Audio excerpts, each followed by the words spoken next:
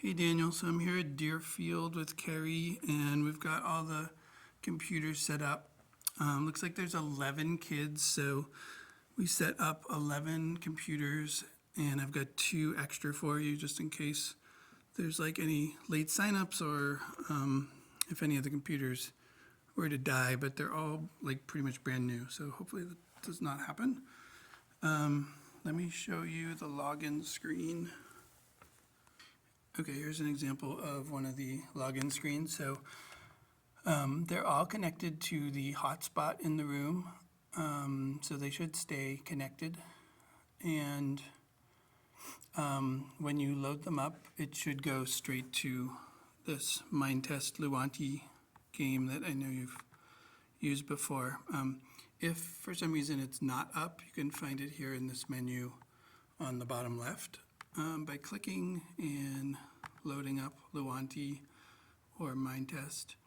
Comes up right there. And there's 4 boxes. You might remember this from a long time ago.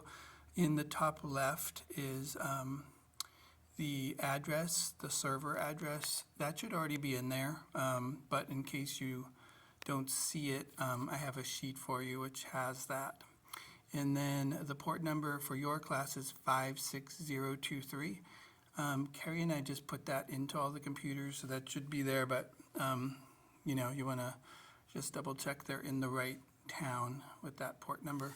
And then they can put their name, whatever their name is there, and then the password is me, M-E, and I'll show you the sheet that has all this information. You don't need to memorize this, but it's just me, M-E, and they click login, and sometimes takes a sec, but that should fire up and put them in the city. Okay, and then here's the city. You might remember this. I think it's probably the same. It's sort of centered around this main park here. They don't build anything there. In fact, in the first, like, quote, city council meeting that you guys do, you'll decide what to build there as a city. But as you can see here, there's all these other plots of land that are fenced off, and they can build in any of those. You have 11 kids, and there's something like 20 spots, so it should be plenty for everybody. And then out in this direction, and this is all in the video that you'll play them, but they're bricked off spots here for their businesses that they build in the second day. I believe when you close the computer and then reopen it the next day, you should already be logged in. But if for some reason you were to get back to like the main screen where you have to log into the computer itself, that password is right here. It's 6 ones in a row basically, so 111 111, 6 ones in a row. But I don't think that will happen. And all the laptops are actually plugged in, so you shouldn't have to worry about the batteries. They should be fully charged. This is over here, all your Lego stuff and materials for the Lego classes. I think Julia's sending you a couple things on Amazon as well. Base plates, bins, and all of the copies. There's quite a few copies for the Lego Adventures handouts.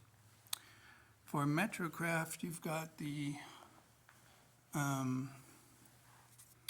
folder right here, and those are for the gift cards if you use that, the lesson plan, and the opening activities, and so forth.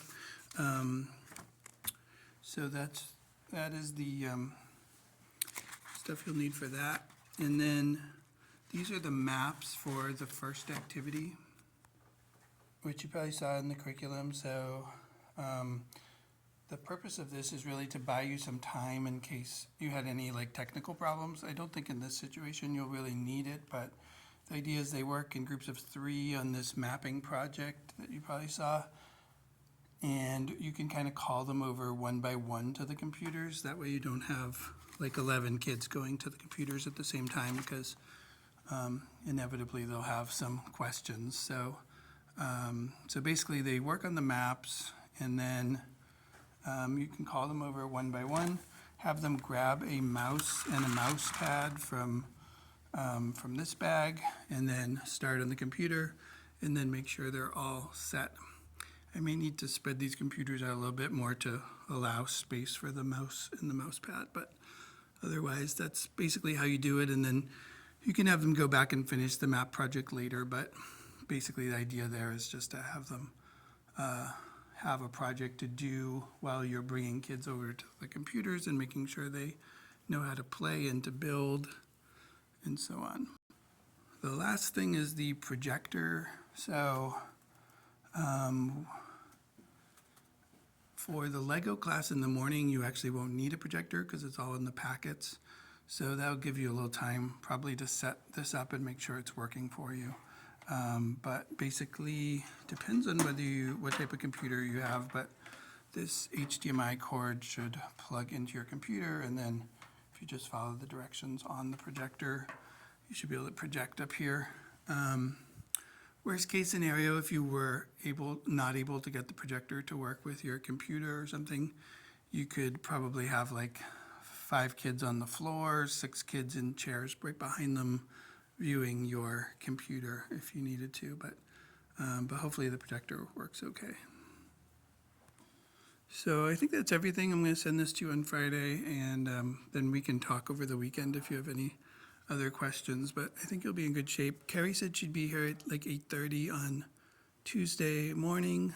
The Lego class is definitely a little easier in terms of setup, so it's good that you're doing that one first. And I'm sure you'll get a few moments to make sure things are ready for Minecraft. I think that's about it, so good luck. Thank you.